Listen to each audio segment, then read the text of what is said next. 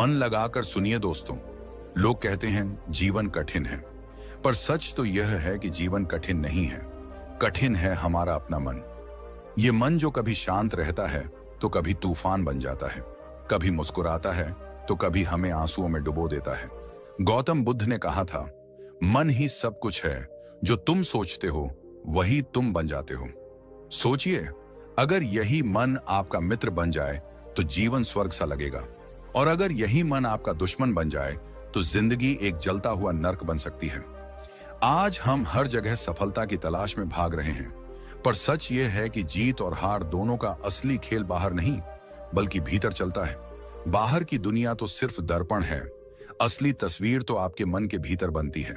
अगर आपका मन अस्थिर है तो कोई भी उपलब्धि आपको खुशी नहीं दे सकती, और अगर मन शांत और नियंत्रित है तो साधारण सी जिंदगी भी आपको अमूल्य खुशी दे सकती है।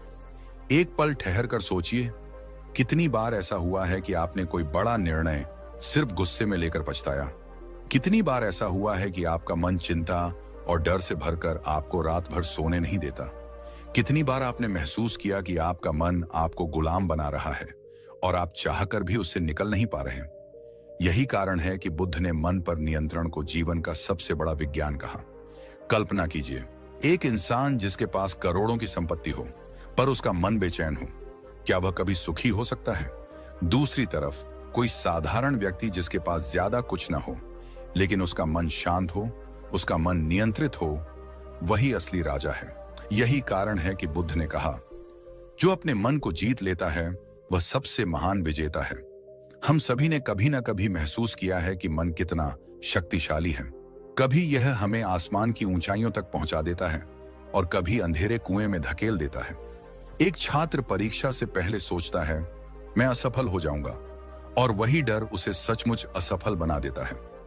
एक व्यापारी सोचता है, मेरे साथ हमेशा बुरा ही होगा, और वही नकारात्मक सोच उसकी मेहनत पर पानी फेर देती है।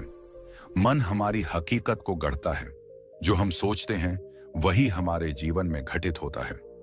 बुद्ध ने अपने जीवन में मन को समझने और नियंत्रित करने की ऐसी विधियां दी जो सिर्फ आध्यात्मिक नहीं बल्कि वैज्ञानिक भी हैं। उनका कहना था, मनुष्य अपने विचारों से ही घिरा हुआ है।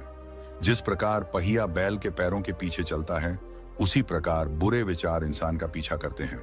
सोचिए, अगर हम अपने विचारों को बदल दें तो हमारी दिशा भी बदल जाएगी। मन को कंट्रोल करना क्यों जरूरी है? क्योंकि मन को अगर काबू में न किया जाए तो यह इंसान को हर दिन हर पल अपने इशारों पर नचाता रहता है। एक पल में यह खुश कर देता है, दूसरे ही पल दुख में डुबो देता है। और